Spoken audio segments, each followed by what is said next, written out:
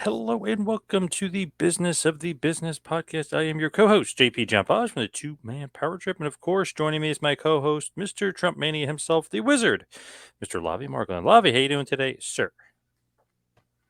Hey, John, I was doing great. Just above me, there's some major construction that just began, so hopefully it doesn't affect everyone's experience today. But a special guest to start out with.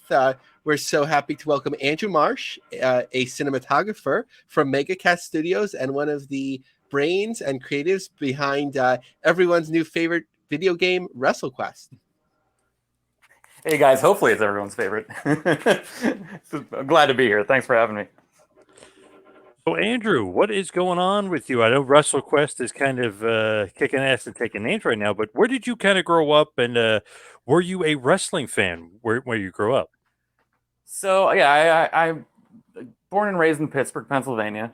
Still living there. And yeah, I mean, so I'm 38, so I was born in the 80s, and so real young age into wrestling, right? Like back when like Macho Man and Hulk Hogan, those guys were the top guys. I was real into it around then. I was about 5 or 6 years old. Then I kind of fell out of it for a while. But then in like the mid to late 90s, I got back into it because I started watching WCW. And it was just so bombastic and crazy that I was just hooked. And I actually know I can actually tell you the exact moment I became a like lifelong wrestling fan was in 1998. There was a WCW pay-per-view sold out. The opening match was an 8-man luchador tag team match. And my favorite wrestler of all time is La Parka, or he goes by LA Park now. He was in there, and his team loses. So he's the chairman, so he gets in there with his folding chair and takes out the winning team one by one with his folding chair. Then El Dandy was one of his teammates. He gets in the ring to go shake his hand to congratulate him for taking everyone out. He starts taking out everyone on his own team one at a time with the chair, around the ring, and then leaves. And that was the moment right there where I was like, "Oh, this is great. This is like, I'm into this forever now." Well, that's awesome. What a interesting moment. I don't know if I've ever heard anybody mention that before. I love that pay per view, and I used to love LA Park, aka La Parca. He was the man, chairman of the board. Yeah, he's my all-time favorite. I got to see him wrestle like about a year or two ago. It was great. Wow, where at? So there's a guy who wrestles down in CMLL in Mexico. I think he goes by Sam Adonis down there. I don't know. Yeah, That's what the name. yep. Yeah, okay. So he's from Pittsburgh, and so every now and then when he comes home, he'll do a show here in Pittsburgh in like a little club, like a little local club, where it'll be like local guy, but then he'll bring some guys up from Mexico with him, and those will be like the big matches. And it's a great atmosphere too because it's like club, so there's no seats. Everyone's just standing around the ring while they're putting this like insane like lucha libre show on. I love it. So he brought in LA Park to Pittsburgh. Yeah, he brought Ellie Park for he wrestled Gangrel in the main event. Wow. And it was brutal, man. Like that was like a street that went from like a wrestling match to a street fight, I think. Because like they had like the work trash cans with all this like all the worked props in them. But like by the end of the match, they're grabbing just the actual trash cans from this place, like full of beer bottles and stuff, and just smashing each other with them. I love it. We're seeing a little bit of a different La Parca than we're used to. I know he always used to kind of be hardcore and stuff, but yeah, he's Yeah, definitely. when he got a little bit older, he definitely moved more into like the Rudo style, where he's like a lot more like physical and like doing a lot more hardcore matches and stuff. So did you always like lucha libre, or it's just La Parca kind of got you into it? WCW really in general just kind of got me into lucha libre. They had such a great card for that. Like their roster was like all the greats of it. You know, you had like Psychosis, Eddie Guerrero, Rey Mysterio, like all of the greatest luchadors that any of us could possibly know were on WCW. And so like just seeing like that, all the high flying maneuvers and stuff, like that got me hooked on lucha libre. When you look at it, though, I mean, that's kind of, a little different, right? Than you would think, as far as just getting hooked on to, somebody from the Northeast getting hooked on to Lucha Libre. I love it. Yeah. So, as far as, becoming a fan, obviously you are, but what about a fan of video games? Did you have a favorite video game? Were you into that side of the fandom at all? Yeah, I mean, so I was a kid of the '80s, so I grew up with the NES was my first console, and so gaming was always around. And then probably mid to late '90s again, my family got their first PC, and I got to play Doom for the first time, and I was blown away, man. I was hooked. Like that's what got me in, and it's what got me into the idea of working with video games too, because it was a PC game. You could mod it, you could make maps, you could change the art, you could do all that stuff. And so I started learning that a little bit when I was a kid, and I was getting real into that. Nowadays, I'd say I like playing with video games more than I like playing them. What about wrestling video games? Were you into wrestling video games? Oh yeah, I would say up until about 2012, I was a yearly release buyer every year, and then eventually I sort of like, okay, I can't be spending $60 on a wrestling game every year. So now I just like I sort of wait like 3 or 4 years for like a big revision to come, and I'll buy that one. Do you have a favorite wrestling game? Favorite wrestling game? Oof. I like WWE 12, like 2K12 was a good one.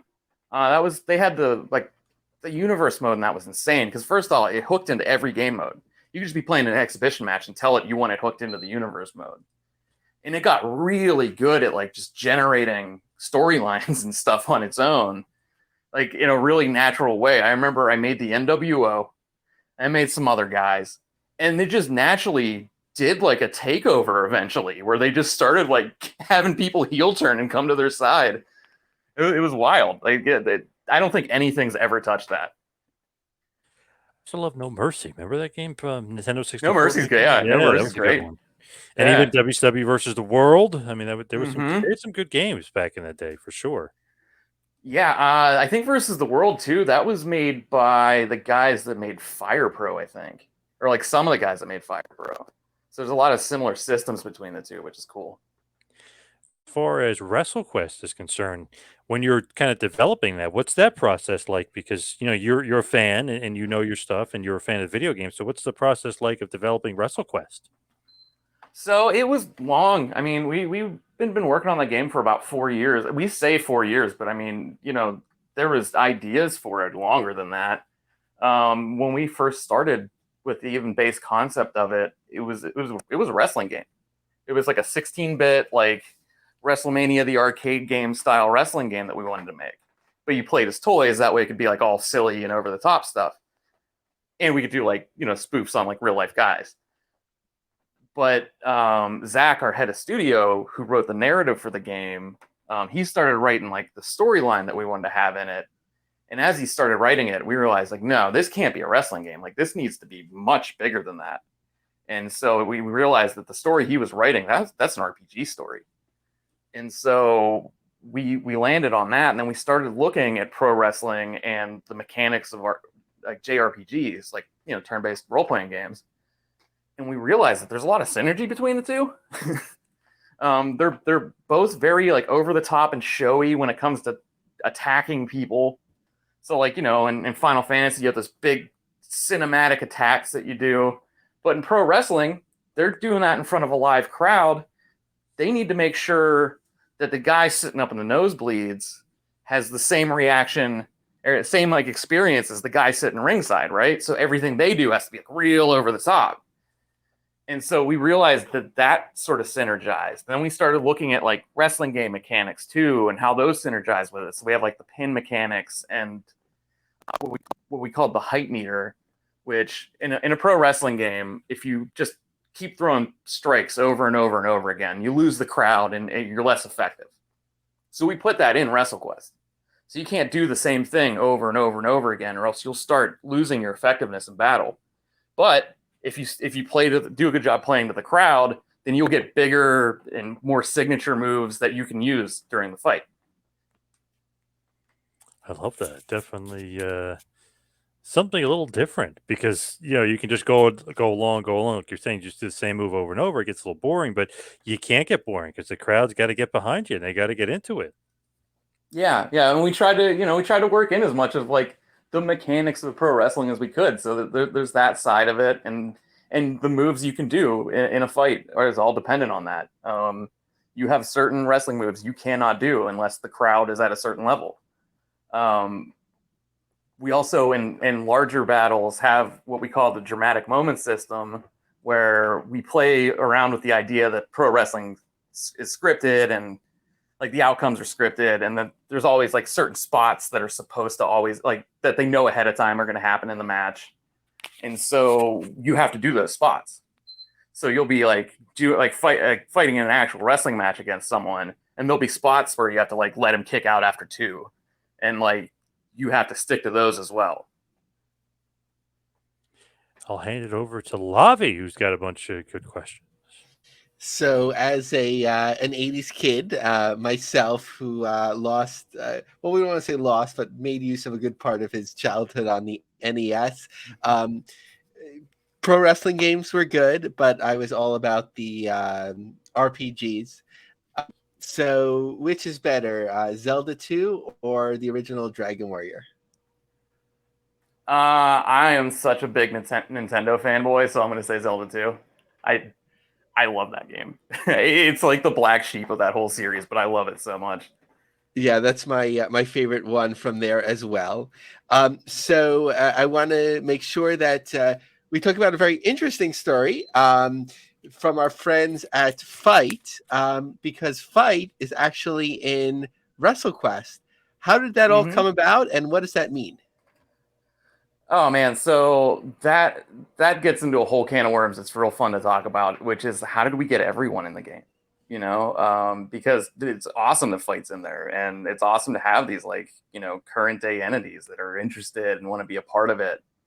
But we also have like the Macho Man Randy Savage in the game, and like Andre the Giant, and like these legendary wrestlers. And so I mean, it's just the content of the game is really geared towards. I tell people it's not a wrestling game; it's a game about wrestling, because the story is more about the behind the scenes of wrestling than it is about like over the top wrestling storylines.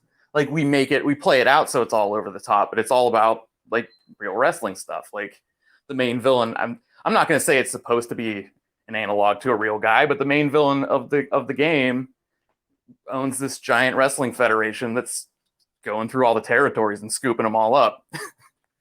um, and there's like storylines about like guys who've been on the road their whole lives and have missed out on moments with their families and stuff. That's, I think, what really drew a lot of those guys in, is that we're trying to be really genuine about what the experience of being a wrestler is like. And they really resonated with that. And out of all the people in the game, the guy that was a huge help with all that was Jeff Jarrett. Jeff was with us every step of the way. And he was our gut check.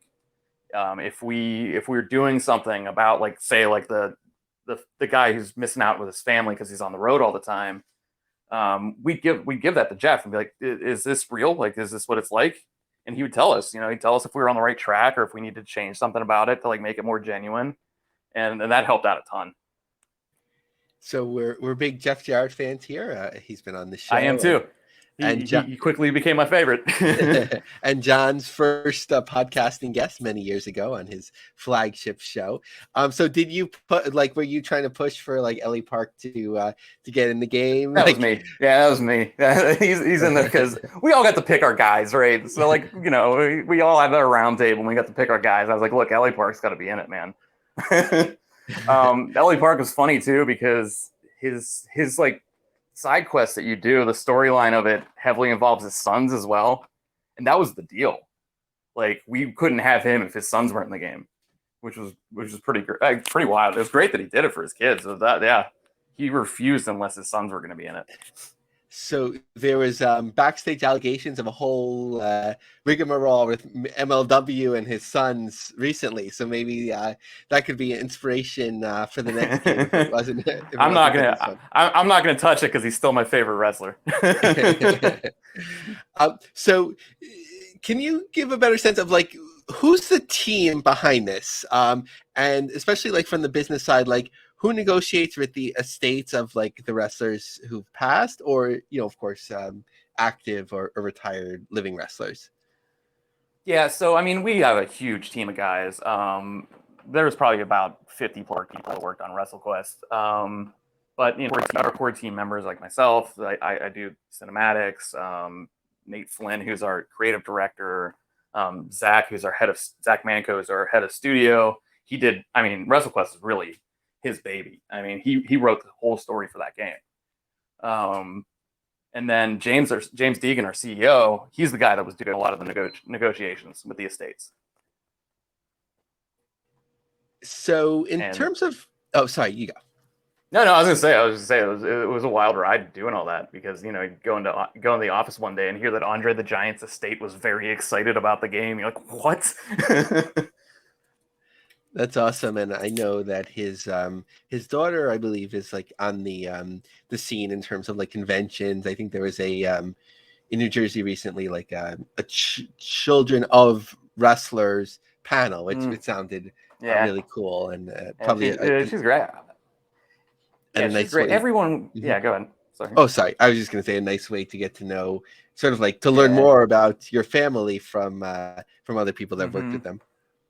Yeah, and she was great. Everyone was. I don't think I've met a single pro wrestler that hasn't been a great person. At least a nice guy, It cracks me up because Jeff is like the all-time heel, right? Like he's very rarely ever a good guy. He is the nicest dude on the planet, and he can flip that switch so fast.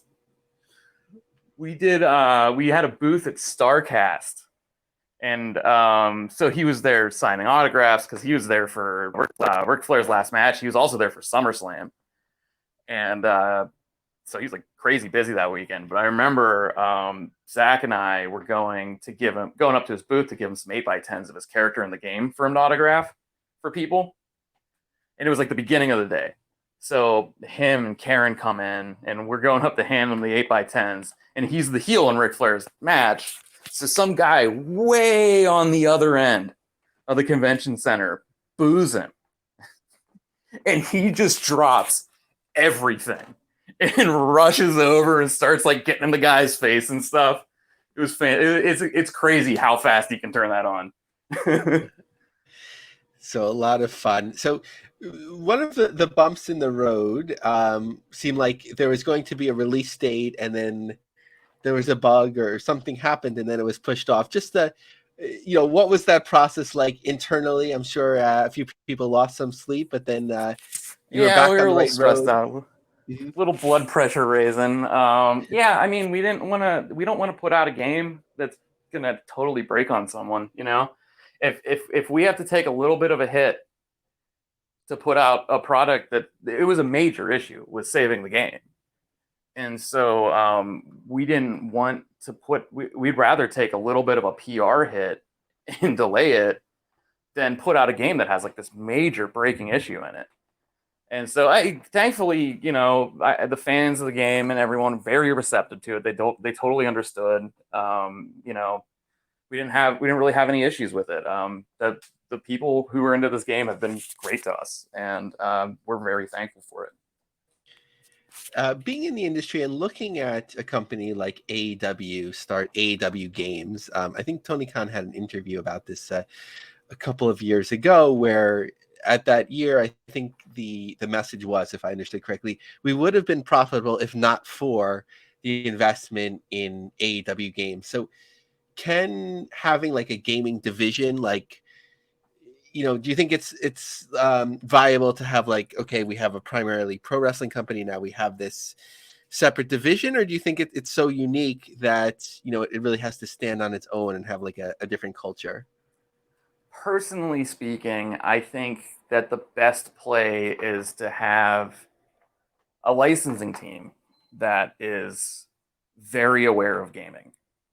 And that's their focus, so that they can license games out to studios that have been around for a while and have like proven track records, and like, people they know are going to be able to release a solid product for them. I think that's sort of a pitfall that both AEW and WWE have fallen into, where they're trying to make these gaming studio things happen. And I mean, you look at, I'm doing some hot takes now, but you look at the WWE games, they just kind of dropped off eventually, and they got real into that yearly release thing, where it's just sort of the same game with a different roster every year for a long time. And then AEW games happened, and God bless those guys. I feel really bad for them, but it didn't go so hot. And so if a federation or a company like AEW was more focused on just having a licensing department that really understood gaming, I think they'd see a lot more success out of it. So, sort of, where do you see the overall landscape of like professional wrestling gaming? Like, I remember years ago, when TNA came out with a game, just because there weren't so many wrestling games that would come out, it would just be like, oh, this is a huge moneymaker. Everyone's interested in it just because it's a game. And I think it's the same thing with like toys now. So many people are manufacturing pro wrestling toys that each doesn't stand out. So, what does it take to succeed, do you think, especially if you don't have a major license? I think doing something different. I mean, no one would have, if I'm being honest, if we would have made that 16-bit wrestling game, I wouldn't be on this podcast right now. Like, no one would have cared. But we did something different with it, and that's what got people's attention. We did something different for wrestling fans. We did something different for RPG fans. And so that's, if you're not the WWE or AEW and you want to make a wrestling game, don't just make a wrestling game. Make something different. Make something different that involves wrestling, that uses wrestling mechanics, but don't make a wrestling game. Awesome. Let me turn it over to John. So, Andrew, how is the success of WrestleQuest? How's it been going? Has it been above and beyond your expectations? It's been going pretty well. We have some really great fans out there, and we've had some really great fans at Mega Cat, which has been fantastic. We have a great little community that we have, and it's always growing, and people just get so excited, and it's always great to see. Even going out and doing trade shows like PAX and TwitchCon and all those places, and having people come up to us and who know us, who've been playing our games for years now. It's a great feeling, and I think WrestleQuest is going to just continue to build off of that. We're going to have more fans and more people who got exposed to us and sort of know who we are. And it's a good feeling, because we're not making games for us. I didn't make WrestleQuest because I want to play WrestleQuest. I made WrestleQuest because I want other people to play it. And so, seeing that happen is always just a good feeling. Now, as far as WrestleQuest, give us one last big push and where everybody can find it as well. Yeah, so you can find WrestleQuest on every major platform. We're on Steam, we're on Xbox, PlayStation, Nintendo Switch, Netflix. If you have a Netflix account, you can get WrestleQuest. It's just part of your account. You can find us online, megacatstudios.com, or at Megacat Studios on every social media platform. And yeah, just go out. Love the game, guys. The more people who get out and go and experience that game, the better. I want people to play the game. That's all I want.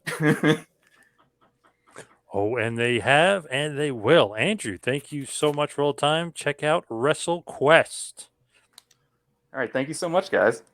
Thank you, so Andrew. much. Appreciate it all the time. All right. All right, Lavie, let's move on to the news. What is the latest from this? I guess it's a Joshi promotion.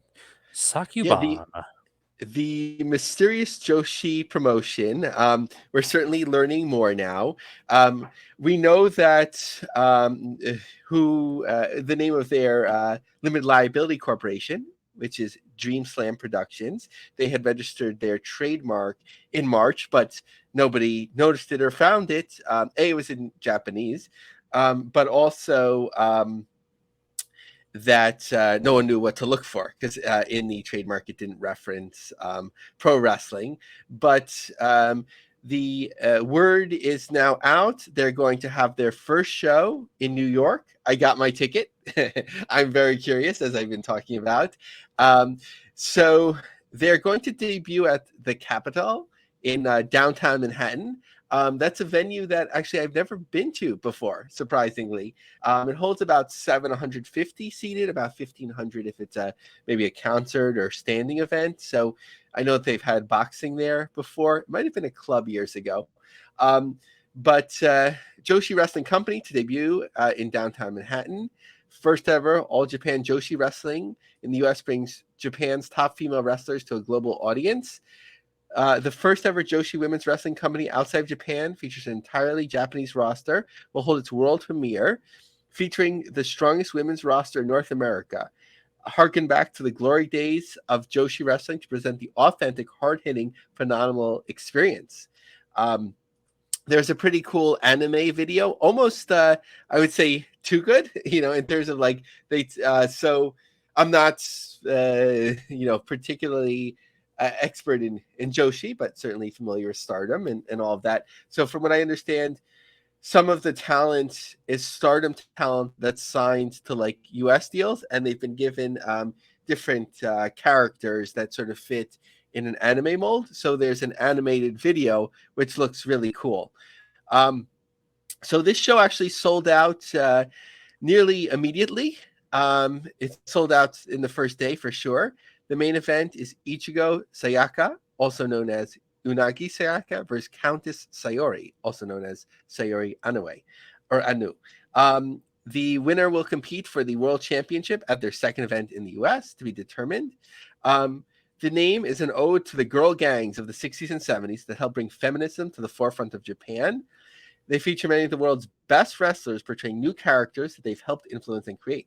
The company's four stables, the Vandals, Harajuku Stars, Cherry Bomb Girls, and Dangerous Liaisons, will feud with another to reach the apex. The roster is contracted to long-term deals. So actually one of the most interesting parts to me, because these sort of things are never really promoted, is some of the talent, far outside of pro wrestling that they've signed, or not necessarily signed, that they're working with, and they've highlighted. So fingernail art by social media superstar Mei Kawajiri, Nails by Mei. Anime and manga art by fast-racing artist and author Sakana Koji. Wrestling costumes and merchandise designed by world-famous creative director and fashion designer Olympia Letan. Hats created by the most important milliner in history, Stephen Jones. I have to look that up. That's a pretty good tag name. Most important hat maker. Championship belt designed and created by the newest industrial designer of this generation, Mark Newson. I'm really curious to see what a unique belt style will look like. So I'm a little bit conservative about their success. From what was being talked about, it seemed like they were spending a lot of money. And they're really going for basically a totally new market, or growing a niche that something that is very niche here in the US, maybe to something larger, kind of focusing on populations that are interested in anime and manga, which is very big. So really curious to see what happens. I'll be nosing around at the show, seeing if I can get a sense of who the management is, but we'll certainly be following no matter what, and we'll have a live report of the show after it happens in a few weeks. Nice. What about New Japan Pro Wrestling? Are they becoming irrelevant now here in the United States? Yeah, so this was interesting when I was putting together my notes. First, I was like, New Japan, and then I was looking at like each piece of news, and I was like, are they really becoming irrelevant? So here's sort of my sort of like piecing together the clues. So when AEW announced Wrestle Dream, celebrating Inoki, I thought for sure that this would be like a co-promotion with New Japan. but I see that the way that they're promoting tickets, it just says AEW Wrestle Dream. And from what they said, they'll have some New Japan talent on it, but it's basically, from the way I'm looking at it, AEW kind of thinking like, we don't really need New Japan to be co-promoters of this show, which kind of changes the way that business is being done. Because look how successful the last 2 years in Toronto when they collaborated. So what foothold does New Japan have anymore at all in the US? Like, looking at their show, Sam's Town Live, October 28th. I'm not sure when tickets went on sale, I think recently, but most of the tickets are still there. And they're bringing in CMLL. So, yes, that has a certain appeal, and that worked for sure with New Japan, but I don't know if like A plus B, makes things bigger at this point. And then, like, it seemed like that they had a plan. Okay, the weekly strong tapings, for whatever reason, in terms of logistics, in terms of cost, that wasn't working, so we're going to do something else. But now Rocky Romero, who's basically the management face of New Japan in the US, is like, I'd like to bring it back. So, which way are they pointing? So just to get some quotes from Rocky Romero, I don't think Weekly Strong is dead in the water completely. I think that makes the most sense. If New Japan was to grow in America, the way America likes to do things, and say if we linked up with a channel or another streaming service or whatever, the US has more flexibility to do that than Japan does, to do stuff that, because we're kind of two separate companies. So I think that that's definitely a possibility. You never know with the writer strikes and things going on right now. This would be kind of the perfect timing to start pitching around a little bit and see if there's any interest. It doesn't necessarily mean it's going to be TNT or something huge like that, but I think that Strong could live on a small channel, similar to what MLW is doing, something like that. So, like, be in sports. I think that's my narrative. I think that would be great for Strong. Kind of have different avenues, whether it's SVOD, traditional New Japan World. You have 3 or 4 different ways to create income as well as production. The thing is, New Japan Strong Weekly was funded by World primarily, and sponsorship and other things. So I think that that's the next step. If we were to bring that back, and fingers crossed, that's one of my biggest things I'm probably going to try to be working on for the next year or so, which would be to bring Strong back. I just think it's too important to the growth of our young wrestlers and finding new talent for the future. From Fightful's summary, they also had a little write-up that said, Romero then emphasized the beneficial aspects of Strong, as he noted that it was helpful for storytelling. He did tell some of the obstacles they faced with booking the show. The veteran described how things change all the time, and taping shows in batches can make that especially challenging. How are they selling ticket-wise, though? Like, are they doing okay as far as United States when they are coming here? It just seems like everything is just down. Like, just a few months ago, right? We could say like, okay, you could bring in Sasha Banks and Moxley, and like you get your, no one else could do consistent basis that 2000s, but now, who knows where they'll go. And the lower profile shows like the Fighting Spirit in a Vegas casino, which, a lot of companies run. At Sam's Town, like, it doesn't look like they've moved much at all. And we looked at the 2300 arena, and that didn't move much at all. And, of course, we talked last week about Bushiroad's, stock price. So, struggles ahead, especially like if you're having struggles overall as a company, if you're trying to support something else overseas. Interesting. I just felt like they had some momentum. Maybe then they lost some momentum, but regardless, maybe AEW has definitely been effectively hurting them for sure.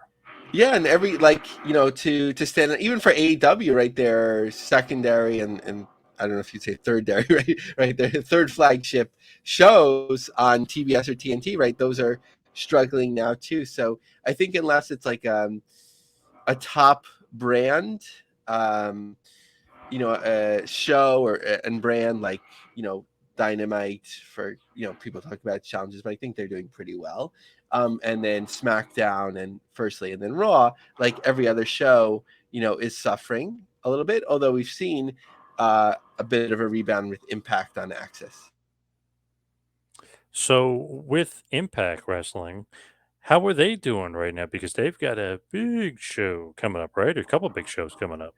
Yeah, so there's the double taping at the Westchester County Center in White Plains, New York, which is actually in my neck of the woods. Not close enough, unfortunately, for me to make it there on Saturday night. Although I kind of love to. At this thousand episode show, and the convention seems great. Like it probably isn't that busy, and you have like all these talents there.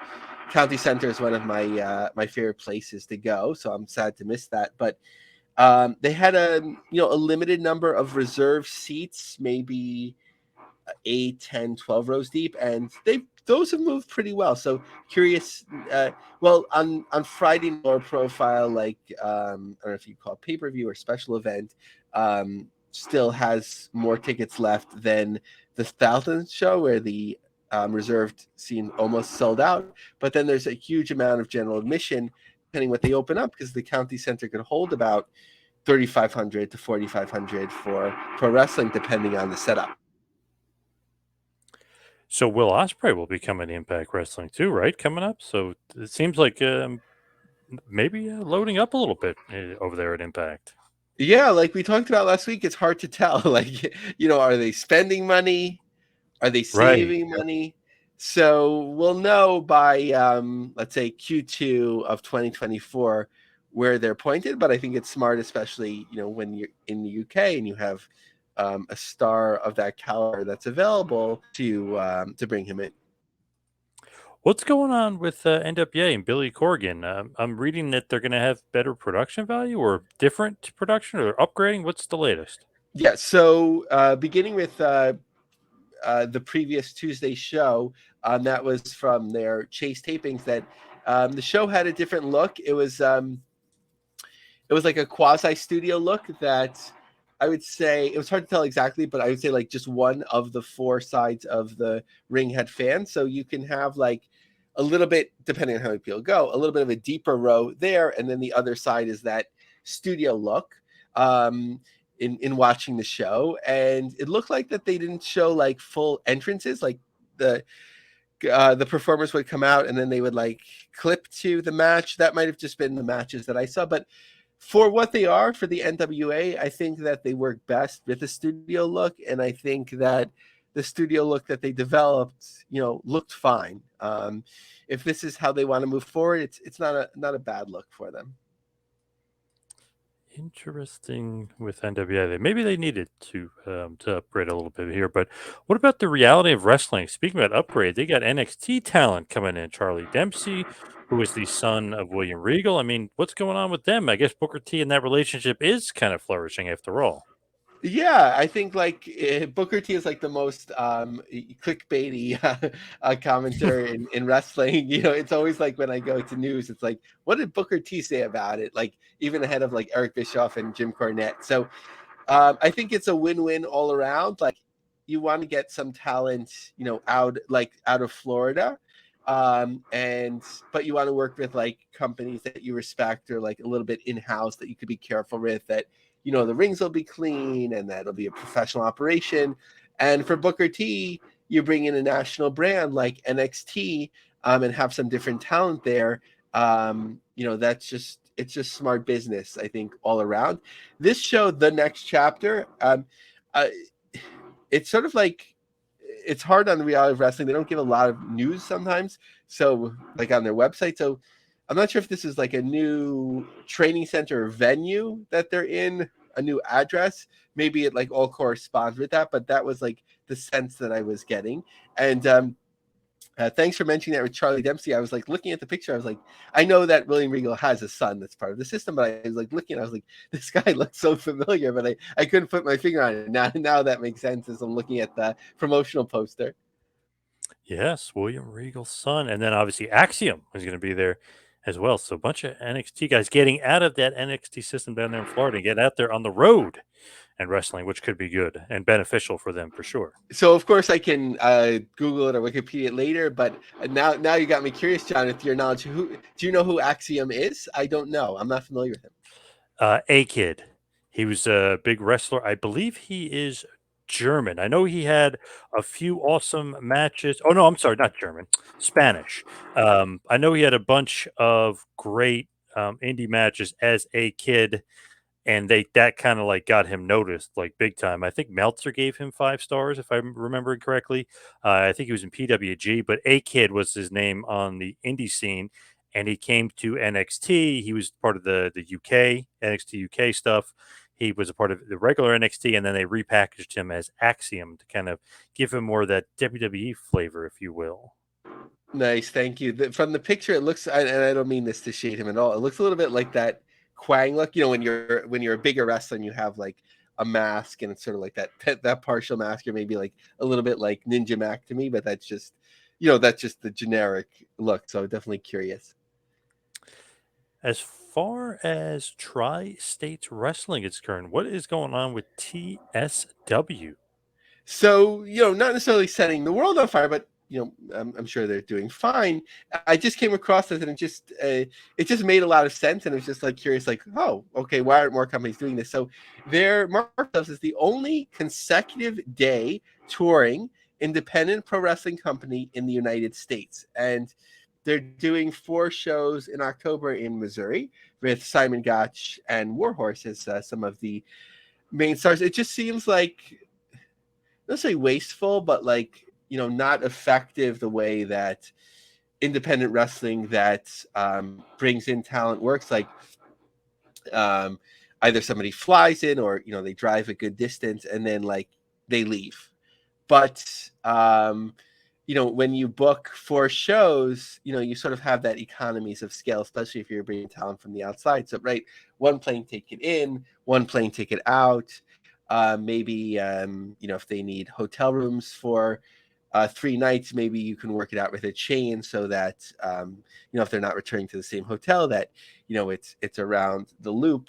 Rental cars, coordinating promotional materials. It just makes sense. I know that, what was it, in the company that runs in Queens, in the brewery with like Crowbar regularly. Last summer, I remember they were doing like, it seemed like they tried like 3 shows in a row, like around the New York area. It's a hard thing to do, right? Just promoting 1 show, everything that goes into it. But I Outlaw think it's just, Wrestling? yes, thanks, John. And I just think it would be like, if companies can make this work and make money, it just makes sense. We know that it's tough to do, right? Like Smoky Mountain Wrestling tried it and did well for a while. ECW certainly, I don't think they could run 4 shows because it was just too taxing. Maybe they did once in a while, but usually 3 was more than enough. But like, where you have that and you can like be in a certain base and like make a loop, sort of like the old days, just to keep the costs lower. So as far as female executives in wrestling, are you thinking that they're under more scrutiny in pro wrestling, or what do you think? Yeah, so this is something that's been on my mind for a while, even before recent controversy, which we'll get into. In reflecting on it, like a Dixie Carter, right? Like, for, and analyzing it from an outside business perspective, there's certainly some things she did right, and many things potentially she did wrong. And the leadership of Stephanie McMahon, I don't think people are too critical of Jeannie Buss at WoW, just because it's off the radar. We probably talk about her and that company more than anyone else, and we're not necessarily critical of it. But I feel like, as compared to men in executive positions, people are a lot harsher, and we sort of saw the ugliest side of that this week with Jim Cornette, maybe not smartly saying a lot of things that are unsubstantiated about Megha Parekh, if I'm pronouncing her name correctly, especially being given the fact that she's not only Harvard educated undergrad, but she's a Harvard lawyer who's worked in big law, and is senior vice president and chief legal counsel for the Jacksonville Jaguars. Just because her name has come up in the news, she's certainly not, as I would think, a public figure. So to talk about her at all without knowing the facts is just not a smart thing. A lot of people have said that. I'm not the first one to do that. But it's interesting that Christopher Danielson, certainly an executive at AEW. Well, I'm not sure if he's an executive, but in a management position. I've kept my mouth shut about a lot of things in this past year, but the unsubstantiated garbage I've read in the past few days about AEW's chief legal officer is an embarrassment to anyone spouting it. Absolutely the last person who should be maligned in this situation. And interestingly, like, people are like, well, why is she qualified? Like, I don't think there's anyone else more qualified, especially on the legal side, to do this. Who has these credentials. So just a note about something that I've noticed as a theme. I went back and I found a tweet in February where I was talking about whatever the controversy is at that time. I think it was with one of the WWE board members and management that had left, and just how maybe they were getting maligned in a very different way.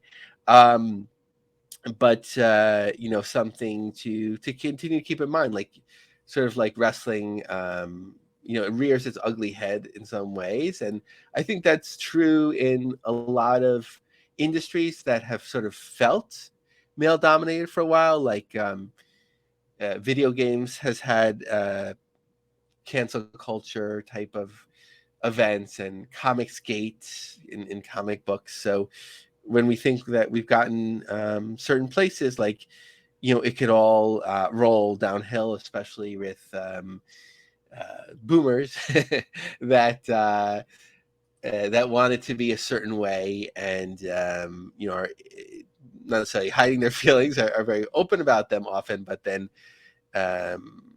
it just explodes on the scene. So it creates an environment, unfortunately, where women and people that maybe have felt excluded in the world of wrestling because of its culture for so many years, like, sort of have to be even more cautious or careful, because there's people championing this type of language. And not to put it in a crass manner, but like, at the end of the day, males in wrestling often objectify women, and then claim that they're interested in male talent, and that's what it's all about, and so on. It's like, it's something that's often made up, and it's indefensible, right? Like, if you make something like that up without any facts, how do you, like, defend yourself in terms of proving that there's nothing to it, because there's nothing to go on, if that makes any sense. Yeah, where did that come from though with her? Like what? Like I know she was there during the original brawl out, if you will, but where did that like come from with her and the Bucks? And like it was kind of strange. She's just like the head of legal. I think she was just there. Maybe I'm wrong on this, but I think she was just there to try to like make sure nothing was happening. You know what I mean? I don't think she was trying to stir it up. Yeah, Probably trying to and do the opposite, right? yeah, and it's like, I think that she happened to be accompanying the Bucks when they went into the locker room in the original situation, and people getting bitten. I'm not sure if that's allegedly. I think people Yeah, admit to allegedly. Yeah. that allegedly. But I didn't, as far as I know, I don't think she had anything to do with this, except that Tony Khan said he said he consulted outside legal counsel, so I'm sure she was involved. I don't know if she was on this committee. It seemed like more was like Tony Schiavone. I wasn't sure if that was like for real or whatever that was, but I'm sure as vice president and legal counsel that she was involved in it. Interestingly, though, I just, in preparing for the show, I popped on to LinkedIn to check out her profile. So it still has her active as vice president of Jaguars, a role that she's had for many years. But AEW, there's like an end date. It says in 2019 to 2020. So I don't know if it was just easier just to like just do everything under like a Jaguars umbrella, and yeah, AEW is included, or if that meant anything at all. But I was just curious to see that, because I just assumed that both would be listed as active. I was just surprised to see her name keep popping up. Certain things, I thought something happened, or something was going on, but just odd that she was kind of brought up. I know, obviously, we're talking about lawyers and Punk might sue and different things like that, but I don't know. I was just surprised to see her name pop up as much as I've seen it pop up. Yeah, and she was on one like sort of like off the radar podcast several months ago, where I think when she didn't talk about Punk, but it was like when he was in that like neither here nor there sort of status, but seemed like a really interesting person. And I was going to pitch her on this show, but I don't think she'll want anything to do with any pro wrestling media for a while, just to kind of like stay away from the crazies. Not that we have any crazies following us, but just sort of like grouping it all in a bucket. Like, why does she need that in her life? She's a very successful person, I'm sure, in a number of ways. And like this fanboy, quote unquote, and not to diminish it, but like that sort of thing. Like when you have actual things going on, you don't need this garbage. Man, what a wacky world of wrestling and craziness is always surrounded AEW. But as I'm reading, there's somebody behind the scenes at AEW saying the dark cloud has been removed. So we'll see if that means that they're on the better path now over there in AEW or not. It remains to be seen. Yeah, I think like they have to look at the root of the issue, what allowed it to foster, and I think like to the way Punk was gaining so much power to allegedly to send people home, and like you can work on my show, your management, but you can't even be here now. Like that was just a disaster. So even if they have to go back and the rating is 100,000 people less or whatever it is, I mean, you don't want to be canceled, but like to build back up without that, I think is very important. All right, we covered a lot of great stuff. We had Andrew from WrestleQuest. So let's hit the plugs. You follow me on Twitter and Instagram at 2Man Power Trip. Check out the website, tmptempire.com. Lavie, what do you got? So first of all, thank you to our friends at FITE, all of our friends at FITE, for helping to facilitate this introduction. Again, FITE appears in the WrestleQuest game, so everyone check that out. But check out my Twitter at LavieMarg, LavieMarg. Check out my long-form articles on LionCubJobSearch.com, and check out our growing LinkedIn group, The Business of the Business Pro Wrestling Industry. All right. Thank you, everybody, for tuning in. See you right back here next week for a little business of the business. See you next week, folks.